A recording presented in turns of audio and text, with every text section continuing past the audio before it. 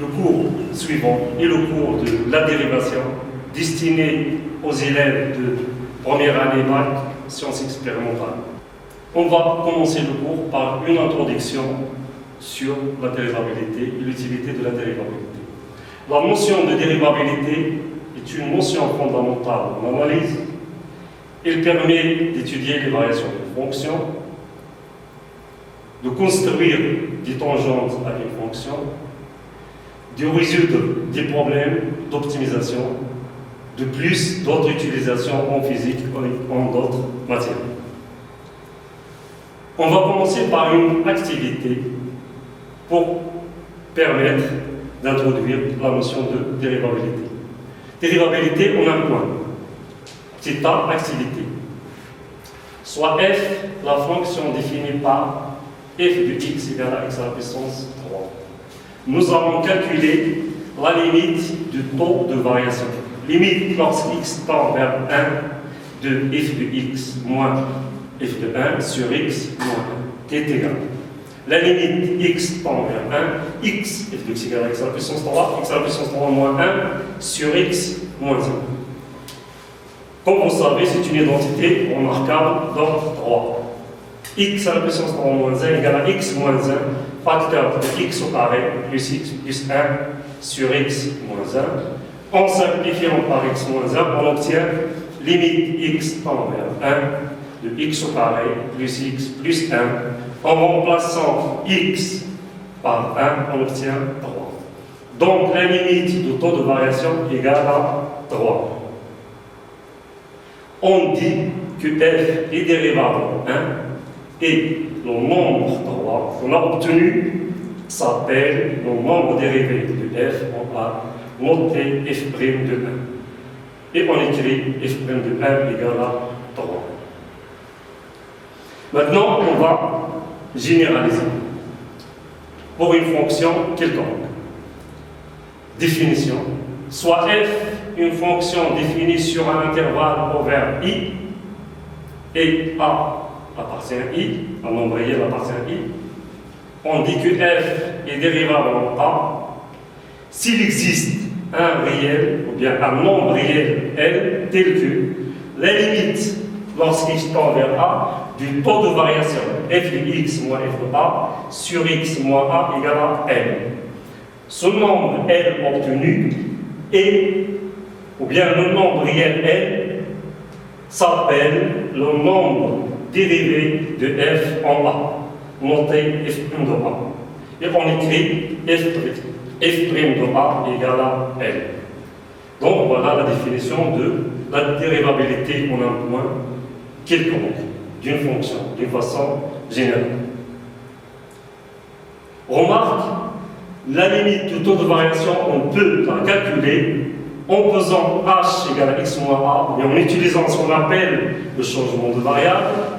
On aura, si x tend vers a, alors, puisque h égale à x moins a, automatiquement h tend vers 0. Et la limite précédente peut, ou bien on obtient l'écriture suivante. f' de a, bien le nombre dérivé en a est égal à la limite lorsque h tend vers 0 de f de a plus h moins f de a sur h. Donc, pour étudier la dérivabilité, ou bien on utilise la limite lorsque x tend vers a, f de x moins f de a sur x moins a, ou la limite lorsque h tend vers 0, f de x de a plus h moins f de a sur h.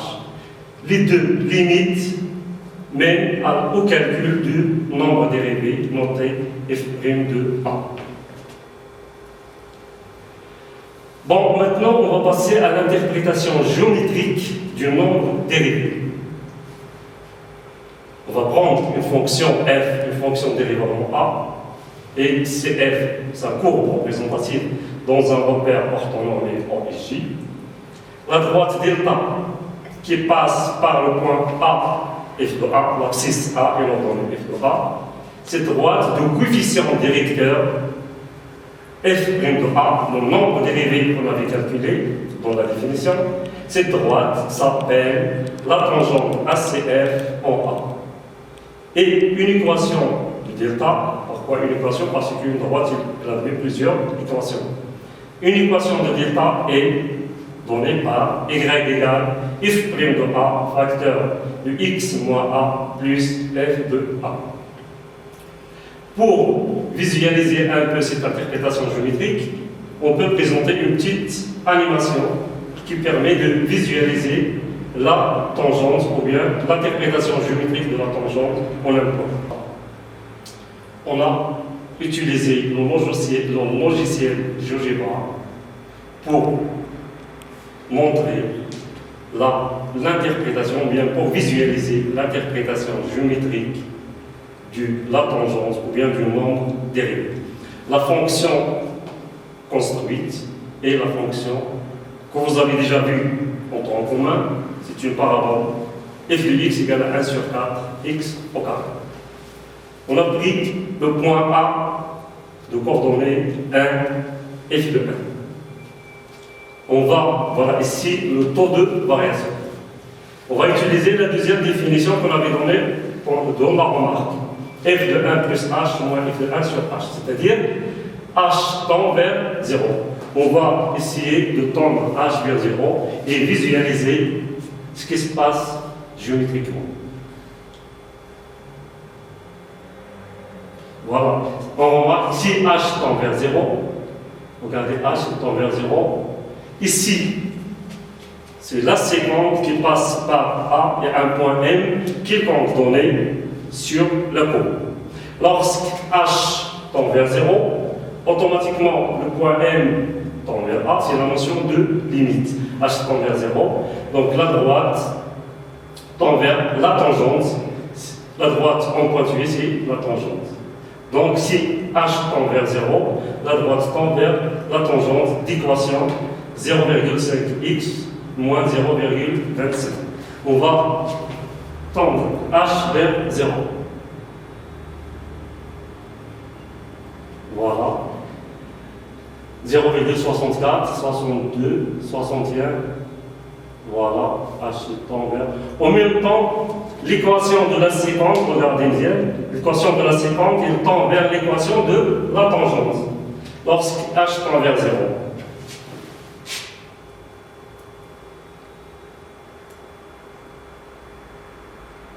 Voilà, h tend vers 0, 0,0. Voilà. Donc, lorsque h tend vers 0, on remarque que la tangente, que la séquence se coïncide avec la tangente. C'est l'interprétation géométrique du nombre dérivé. Voilà pour une équation, pour la construction graphique, voilà une fonction et la tangente. Mais on s'intéresse à l'intersection de la droite et la courbe. Juste la tangente de f au point A. Maintenant, on va passer à un autre point qui est une approximation d'une fonction dérivable par une fonction affine. Premièrement, on a défini le nombre dérivé, puis on a donné une interprétation géométrique du nombre dérivé qui est une tangente. Donc l'interprétation géométrique de la dérivée est la tangente en ce point. Maintenant, on va parler de l'approximation d'une fonction dérivable par une fonction affine. Soit f, une fonction, si f est dérivable en a, f est une fonction dérivable en a, alors on peut approcher la fonction f par la fonction affine g, définie au voisinage, c'est-à-dire parce qu'on parle de la limite lorsqu'il se tend vers a. Donc nous sommes au voisinage de a. La fonction affine g définie au voisinage de a par g de x égale f' de a, facteur de x moins a, plus f de a. C'est l'équation de la tangente. Cette fonction g s'appelle fonction affine tangente à la courbe de f au voisinage de a. Et on écrit f est sensiblement égal, ou là, à peu près égal à f' de a, facteur de x moins a, plus f de a. On va passer à un exemple pour essayer de trouver une fonction affine tangente à une fonction donnée. L'exemple choisi est le suivant. soit f, la fonction réelle définie par f de x égale racine de x plus 1. Forcément, la fonction elle est définie sur moins 1 plus l'infini. On va essayer de déterminer la fonction tangente, la fonction affine approximative de f au voisinage de 0, c'est-à-dire quand x tend vers 0. Donc, pour déterminer cette fonction affine approximative, il faut d'abord déterminer le nombre dérivé. Donc, le nombre dérivé, pour le déterminer, on doit calculer la limite. Quelle limite? Limite du taux de variation. Limite x tend vers 0, de f de x moins f de 0 sur x moins 0, qui est égal.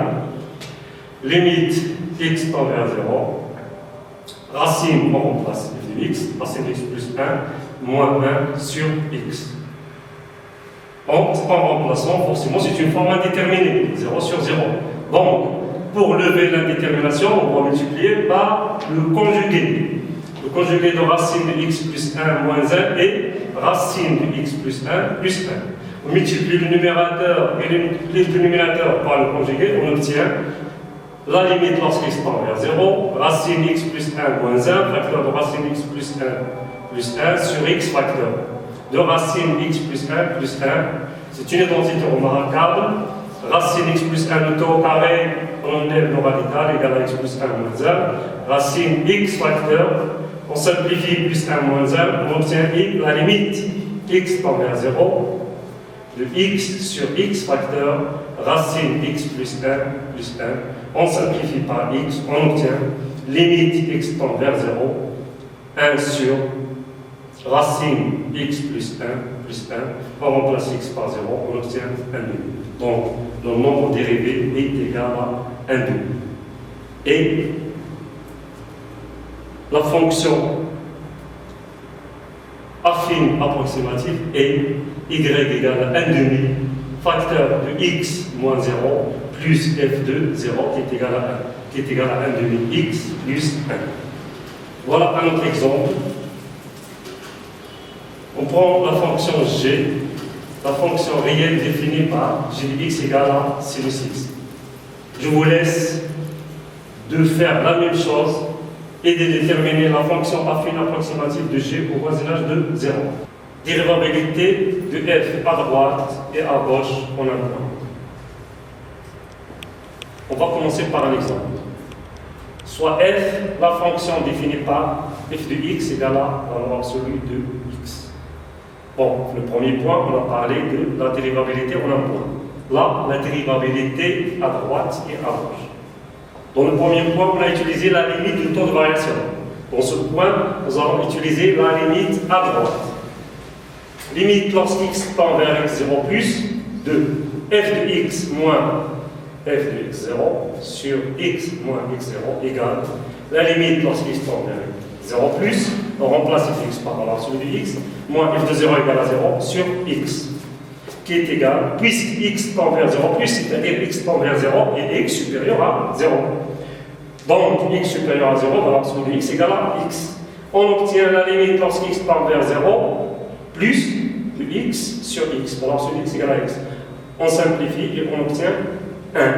Donc, la limite lorsqu'x tend vers 0 plus de f de x moins f de 0 sur x moins 0 égale à 1. On dit que f est dérivable en 0 est dérivable à droite en 0.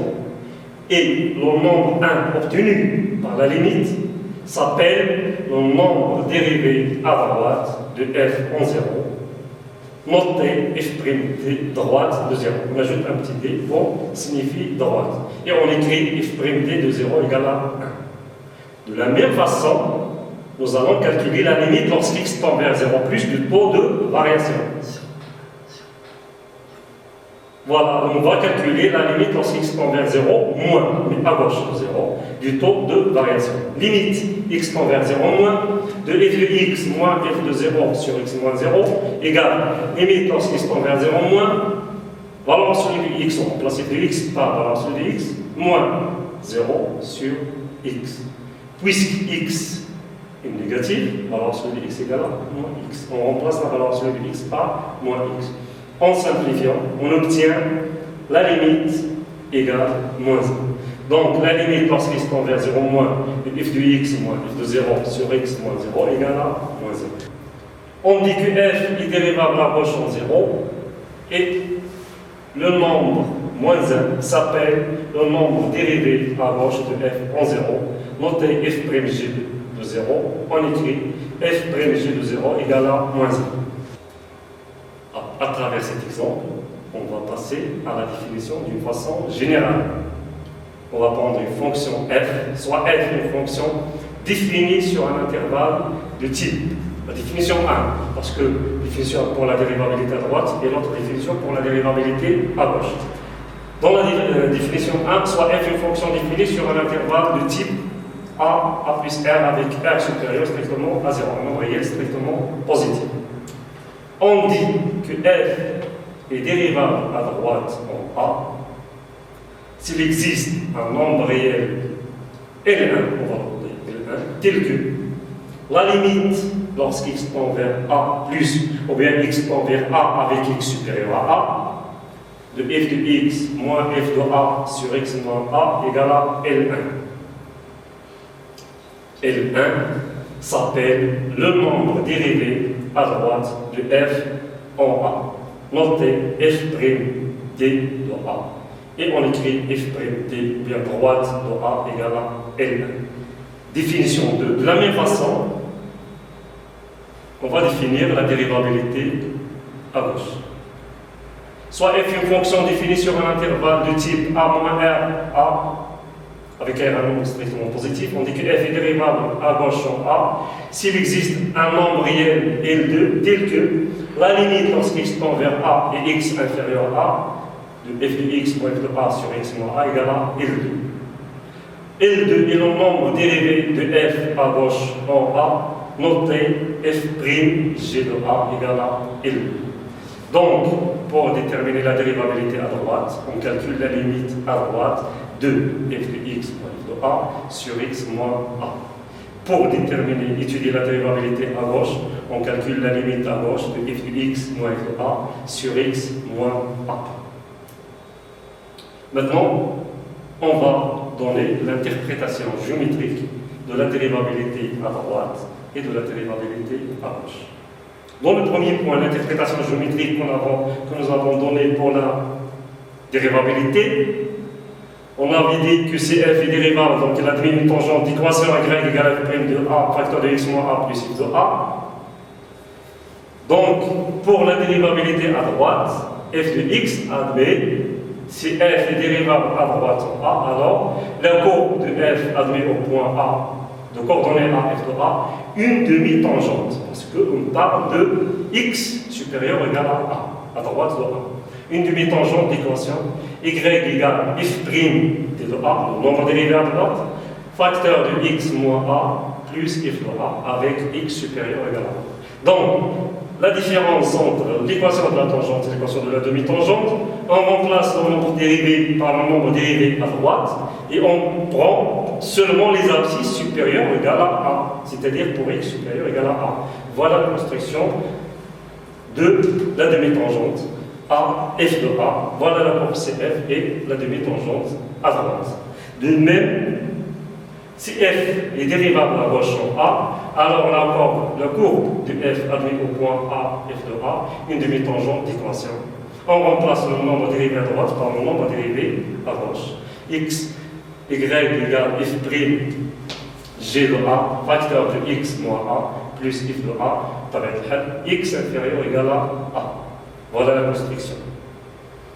Voilà le point A, la courbe cf, la demi-tangente. La demi-tangente d'équation f'g de a, facteur de x moins a plus f de a, avec des abscisses x inférieures à a. Donc, s'il est dérivable, l'interprétation géométrique de la dérivabilité, c'est la tangente d'équation. S'il est dérivable à droite, la demi-tangente à droite.